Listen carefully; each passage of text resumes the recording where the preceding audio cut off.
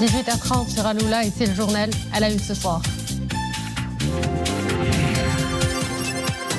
Contrairement à ce qui se disait sur sa faible virulence, Omicron peut engendrer des cas graves ou critiques. Un patient infecté par ce variant a été admis hier à l'hôpital régional de Bni Mellel où il est sous respiration artificielle. Nous ferons le point en début de journal.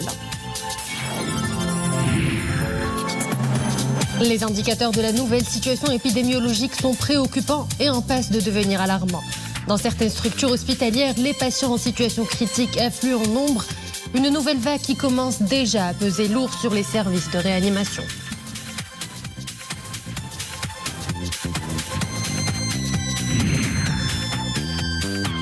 Et enfin, nous ferons la connaissance de la culture cubaine. Et quoi de mieux pour faire la connaissance d'une culture que de découvrir la cuisine du pays.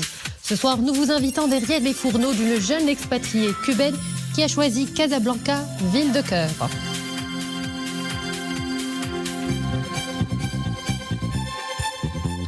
Bonsoir à tous. Omicron, on le disait, de faible virulence, mais voilà qu'il provoque déjà un premier cas en situation plutôt critique, sous respiration artificielle. Ces premiers cas Omicron, c'est le premier cas Omicron à être admis en réanimation à l'hôpital régional de Bni Mellel. Zakaria Mouqin-Billah, Reda Aama et Mohamed El-Shgar. Cela fait une semaine déjà que le service de réanimation Covid-19 accueille une patiente sexagénaire. Admise dans un état critique, elle souffrait de fièvre et de difficultés respiratoires, cas Covid confirmé. Mais encore plus, l'analyse génomique révèle qu'il s'agit du variant Omicron. J'ai vécu une semaine vraiment difficile. Pourtant, j'avais déjà reçu 2 doses de vaccin. Mais je ne me suis pas fait injecter la dose de rappel, j'aurais dû le faire.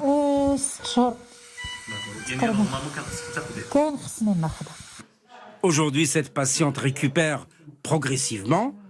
Après avoir passé des jours difficiles, son état est aujourd'hui stable. Au début, la patiente avait les symptômes du Covid, mais elle était dans un état critique. Grâce aux efforts déployés durant une semaine, son état de santé s'est amélioré. Le variant Omicron est dangereux. Pour endiguer sa propagation, nous devons nous conformer aux mesures préventives, y compris le port du masque et le respect de la distanciation. Et surtout se faire vacciner, que ce soit la première ou la deuxième dose, ou encore la dose de rappel. C'est le seul moyen pour se protéger. Particulièrement contagieux, le variant Omicron se révèle donc aussi virulent. Une situation épidémiologique préoccupante donc et en passe de devenir alarmante. Certains indicateurs ne trompent pas. Pour mieux prendre le pouls de l'évolution de la situation épidémiologique avec la diffusion rapide du variant Omicron, nous sommes allés au CHU Ibn Rushd de Casablanca et le moins que l'on puisse dire, c'est que la nouvelle vague pèse déjà lourd sur les services de réanimation. Mohamed El-Shgar. Visite au service de réanimation chirurgicale, pavillon 17, centre hospitalier Ibn Rushd à Casablanca. Première constatation. Les cas graves Covid sont en augmentation. Nous avons ici beaucoup de cas critiques.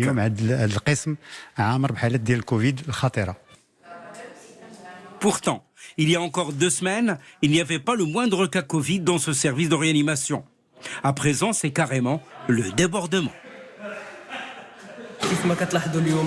Comme vous pouvez le constater, tous les lits sont désormais occupés. On a dû déprogrammer toutes les autres interventions chirurgicales. Les patients du Covid occupent tous les lits de la réanimation chirurgicale. Nous sommes en train à présent de préparer d'autres services de réanimation pour recevoir les malades Covid. Et ce n'est que le début de cette nouvelle vague. La très grande majorité des nouvelles infections n'impliquent certes pas des formes graves ou critiques, merci le vaccin, mais les professionnels ne cessent de tirer la sonnette d'alarme. Les cas graves et critiques vont apparaître en grand nombre dans 1 ou 2 semaines. Fort heureusement, le taux de couverture vaccinale au Maroc est très satisfaisant. Il devrait permettre de faire éviter au pays un effondrement de son système de santé. Quant au faux débat sur l'efficacité ou non de la vaccination, un simple coup d'œil sur le profil des patients ici admis en réanimation apporte une réponse claire, à la fois scientifique et de terrain. Il y a certes des jeunes non vaccinés et il y a aussi des gens qui ont reçu 2 doses mais qui souffrent de maladies chroniques, l'hypertension, le diabète, le cancer. Pour ces personnes, 6 ou 7 ou 8 mois après avoir reçu la 2e dose, leur immunité baisse. Ils deviennent vulnérables et risquent les formes graves du Covid. Une dose de rappel, c'est donc pour booster son immunité et éviter l'évitable. À bon entendeur. Et cette dose de rappel est désormais recommandée pour toute personne ayant reçu la 2e dose depuis 4 mois, et cela selon un nouveau communiqué du ministère de tutelle. Covid-19 toujours, ces dernières 24 heures, 1504 nouvelles contaminations et 5 décès. Pour ce qui est de la campagne vaccinale, elle piétine toujours. Le nombre des primo-vaccinés augmente peu à peu, plus de 24 545 000 personnes. Celui des personnes ayant reçu 2 doses approche les 23 millions. Et puis la dose de rappel, à peine un peu plus de 2 860 000 personnes. Et justement, l'unique moyen connu pour le moment pour éviter de développer des formes graves, c'est la vaccination.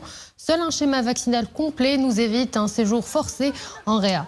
Pour rendre le vaccin accessible à tous, au plus près des populations cibles, des unités mobiles de vaccination s'installent dans les souks hebdomadaires. C'est le cas au Moyen Atlas et notamment dans la province d'Ifrane.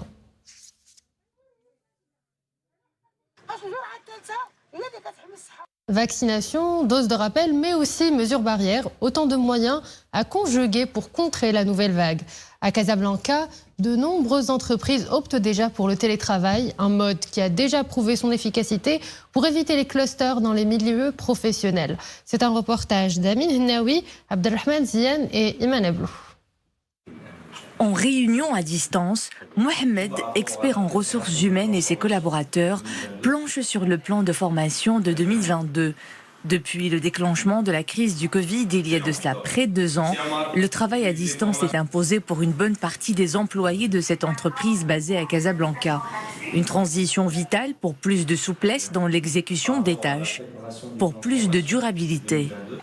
Cette transition est par imposition, parce qu'on est contraint de procéder ainsi afin de contrecarrer le confinement dans certains cas. Dans certains cas, je reprends, ce travail en mode distanciel a donné des résultats meilleurs que le travail en mode présentiel. Certes, on ne peut pas généraliser parce qu'il y a des domaines où on ne peut pas, pour l'instant, parce que l'impossible d'aujourd'hui est possible demain, on ne peut pas appliquer les principes de travail à distance dans certaines industries, mais avec la digitalisation et la robotisation, je pense que ça sera possible demain. Même tendance vécue avec succès par les cadres de ce cabinet de consulting juridique et financier. Là aussi, le travail à distance a fait ses preuves et s'impose comme la nouvelle normalité. Aujourd'hui, on a commencé à découvrir les avantages du télétravail. Il y a moins de charges pour l'entreprise ainsi que pour l'employé. Il y a plus d'efficacité à un certain niveau pour l'employé aussi bien que pour l'employeur. Des entreprises flexibles et prêtes à s'adapter au monde post-Covid. La crise sanitaire dessine le futur du travail, un avenir avec de nouveaux repères, abolissant toute frontière dans le temps et l'espace. Nous vous en parlions il y a 13 jours exactement. Le Bureau central d'investigation judiciaire avait interpellé un élément présumé extrémiste qui a prêté allégeance à l'organisation terroriste Daesh. On apprend aujourd'hui que le BCIG a déféré hier la personne interpellée devant le parquet en charge des affaires du terrorisme et d'extrémisme. Les développements avec Iman Ablou. 13 jours après son arrestation, le présumé extrémiste partisan de l'organisation dite État islamique qui s'activait dans la région de Salah el-Jadida est déféré devant le parquet en charge des affaires de terrorisme et d'extrémisme. Les expertises techniques et analyses numériques réalisées sur les équipements électroniques et matériels informatiques saisis dans le cadre de cette affaire ont démontré que le suspect, âgé de 24 ans, avait téléchargé plusieurs documents, livres et contenus numériques depuis des sites extrémistes, relatant les étapes de fabrication d'explosifs et d'engins explosifs et déterminant la nature des produits chimiques et des composants entrant dans leur fabrication. Un communiqué du Bureau central d'investigation judiciaire précise que ces expertises ont révélé que le suspect a téléchargé et sauvegardé des manuscrits et photos expliquant de manière pratique le mode de fabrication et d'activation des explosifs, soit dans le cadre d'opérations suicides ou d'actionnement à distance. Outre la détention et l'archivage d'autres contenus extrémistes sur les étapes de fabrication de substances toxiques et des composantes entrant dans leur préparation, ainsi qu'un inventaire détaillé sur les méthodes et techniques du terrorisme individuel, des techniques d'assaut contre les prisons et des confrontations avec les forces publiques. Les expertises techniques et les investigations réalisées ont également prouvé que le suspect avait atteint un stade avancé dans son projet terroriste, augurant d'un passage à l'exécution de son plan destructeur, après avoir mené plusieurs expériences sur la préparation et le montage d'engins explosifs devant être utilisés dans des opérations terroristes. Cet élément extrémiste qui a prêté allégeance à l'organisation terroriste Daesh a été interpellé le 16 décembre par le BCJ dans le cadre d'une opération de coordination et de coopération entre les services de la DGST et de la Direction générale de la Sûreté nationale et les services de renseignement et les agences d'application de la loi aux États-Unis. Cette opération montre une fois de plus l'importance et l'efficacité de la coopération bilatérale étroite entre la DGST et les services sécuritaires et de renseignements américains dans le domaine de la lutte contre l'extrémisme violent et les dangers terroristes sur le plan international. Une fin d'année bien froide, la saison hivernale bat son plein et justement, pour atténuer les effets de la vague de froid, un plan national est mené chaque année. Pour cette saison, sont visés plus de 1700 douars dans 233 localités relevant de 27 provinces. Seront ciblées quelques 150 468 familles, soit une population totale d'environ 800 000 personnes. Ces chiffres ont été donnés hier par le ministre de l'Intérieur, Abdelwafil Ftit, qui répondait à une question centrale à la Chambre des conseillers sur les mesures préventives pour faire face à la vague de froid et de chute de neige dans le monde rural et les zones montagneuses. Et cette vague de froid qui s'est abattue sur tout le royaume, mais c'est en zone montagneuse que la chute du mercure se fait le plus ressentir. La température minimale atteint les moins 2 degrés et elle pourra être accompagnée d'éventuelles chutes de neige au niveau du Haut Atlas et du Moyen Atlas et 3 degrés sur le Rif. Ouvrant à présent une parenthèse plus joyeuse, cette période de fin d'année est particulièrement appréciée par les plus gourmands d'entre nous, l'occasion de cuisiner de bons plats. Ce soir, nous vous invitons à découvrir une cuisine latino, précisément l'art culinaire cubain, avec un plat bien savoureux. Découverte signée Huria Boutaïb, Nisrine Avzdar et Iman Ablou. Cela fait 4 mois que New-Yorkise a quitté le généreux soleil et le farniente des tropiques pour s'installer à Casablanca. De Puerto Padre à la Ville Blanche, la jeune cubaine est déjà rattrapée par la nostalgie des traditions insulaires. Des traditions qu'elle chérit tant et qu'elle essaie de raviver avec ses proches en cette période de fête. Bonjour, je m'appelle New-Yorkise. Bienvenue dans mon petit monde. Tout sépare ma vie natale à ma vie de résidence, mais j'aime ma nouvelle vie.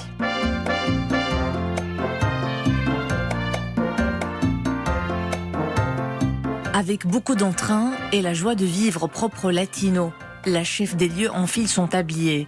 C'est parti pour une immersion dans sa cuisine à la découverte des secrets millénaires d'un plat venu tout droit des Caraïbes. Je vous invite à assister avec moi à toutes les étapes de préparation d'un plat typiquement traditionnel. Ça s'appelle poudin de panne de coco, traduisait pain de coco. C'est un plat très consommé en Amérique latine, mais nous, les Cubains, nous le préparons de la façon la plus simple et la plus exquise qui soit.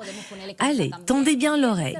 Pour les ingrédients, nous avons besoin de morceaux de pain de la veille, de 3 œufs, d'un peu de sucre, de lait de coco. Et pour la décoration, nous avons besoin de morceaux de noix de coco finement râpés et de gousses de vanille pour un arôme bien délicieux. Ensuite, nous mélangeons tous les ingrédients et on les met dans un moule rempli de caramel. La cuisson se fait dans une cocotte pendant une période comprise entre 30 et 40 minutes. Metálico, con azúcar, como ven, y vamos a hacer nuestro caramelo. Aquí lo tenemos, ya listico, ya desmoldado, ya frío. Así que lo único que nos queda por hacer